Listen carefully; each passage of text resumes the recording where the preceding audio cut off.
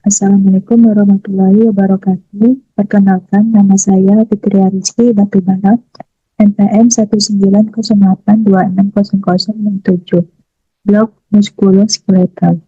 Baik, di sini saya akan mempresentasikan tentang fraktur.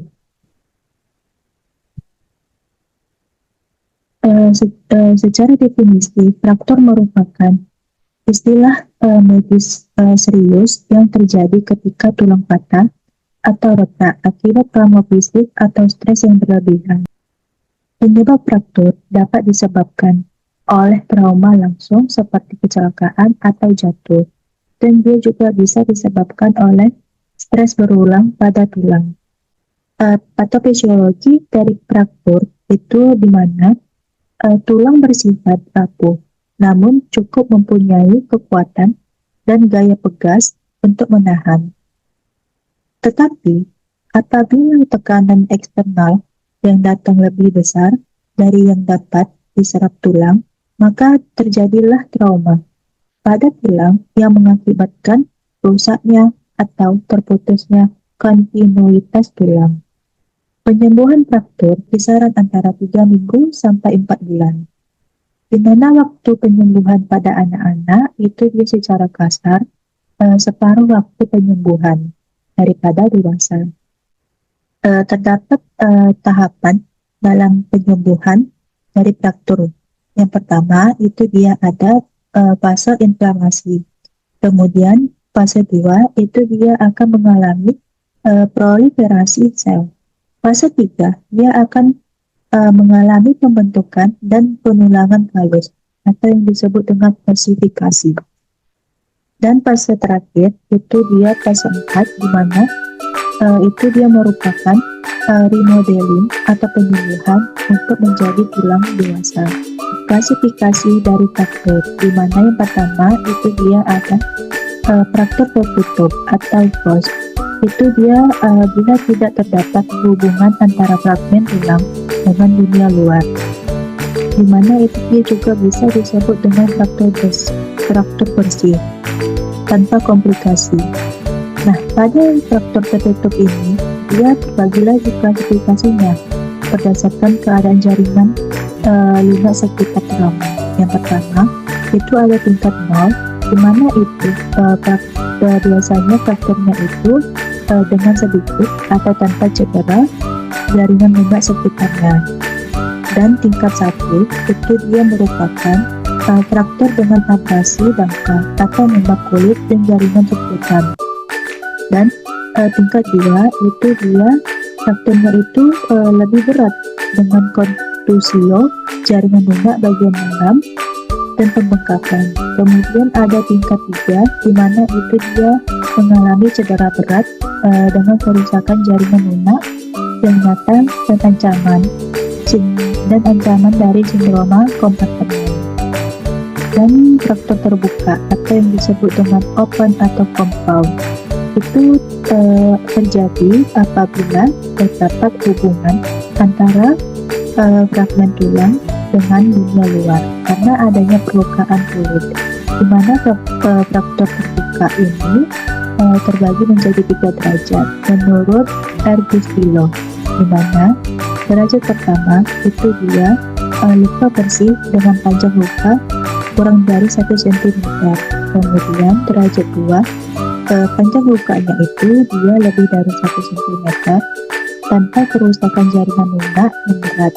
Dan derajat 3 ini dia mengalami kerusakan jaringan lunak yang berat dan luas, di mana itu dia akan mengalami fraktur segmental terbuka, trauma amputasi, luka tembak dengan kecepatan tinggi, fraktur terbuka di pertandingan.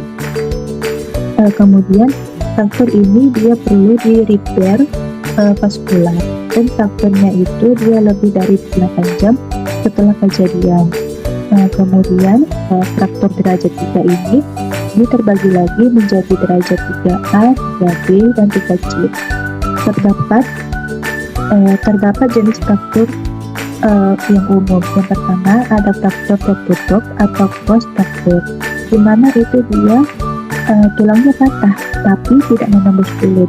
itu biasa terjadi akibat trauma langsung atau tekanan yang signifikan.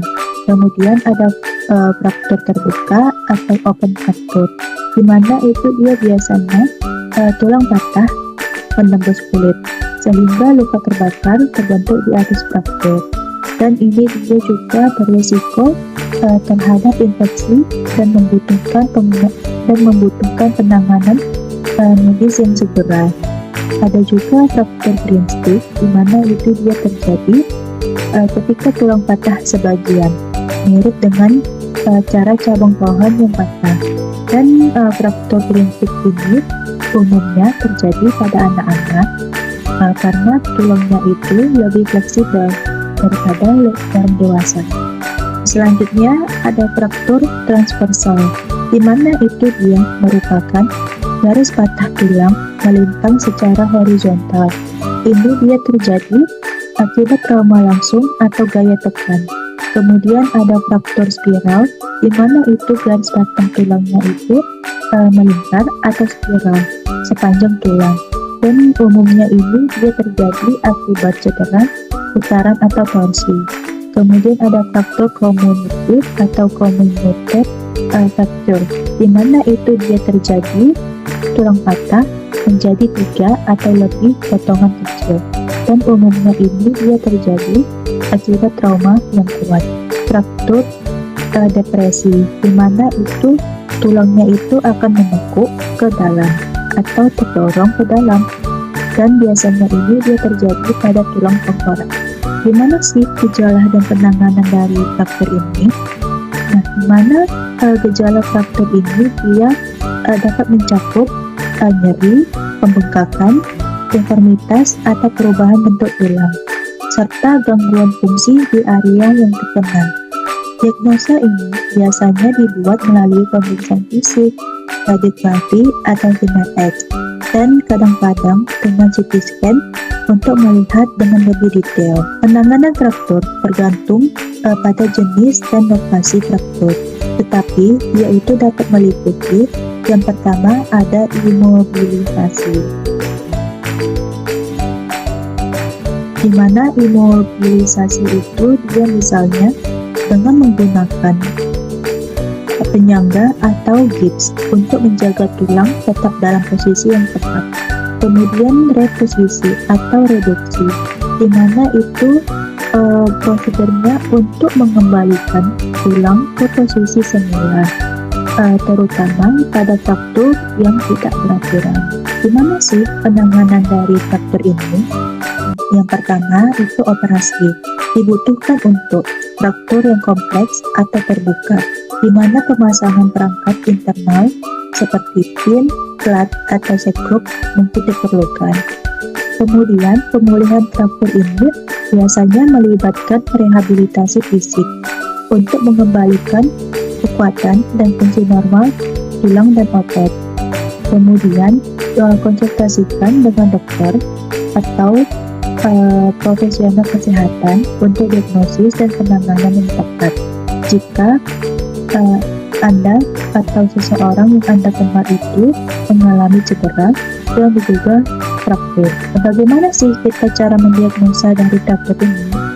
Yang pertama, itu pemeriksaan fisik dilakukan dengan menyentuh dan menggerakkan area yang diduga mengalami patah tulang.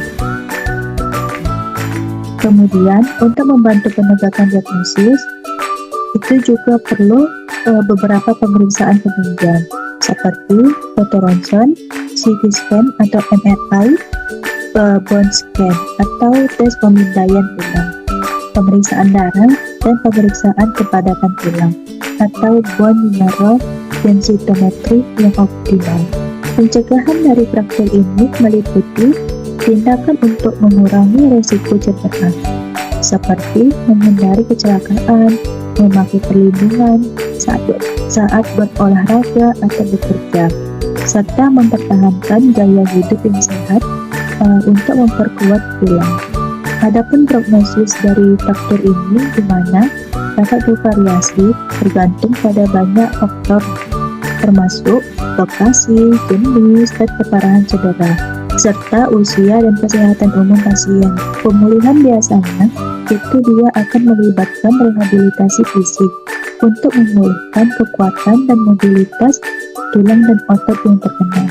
Kesimpulan, patah tulang atau fraktur merupakan kondisi di mana keutuhan struktur tulang dalam tubuh terganggu atau terputus, di mana kondisi ini dia dapat terjadi pada tulang di berbagai bagian tubuh.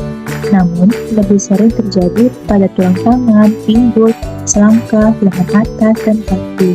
Fraktur ini seringkali disebabkan oleh benturan keras akibat kecelakaan atau gerakan yang dilakukan secara berulang, di mana tulang itu dia mendapatkan tekanan atau benturan yang kekuatannya lebih besar daripada ketahanan tulang itu sendiri. Ini dia referensinya.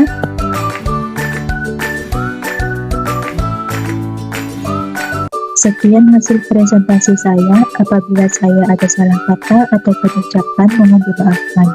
Wabillahi taufiq wal hidayah. Assalamualaikum warahmatullahi wabarakatuh.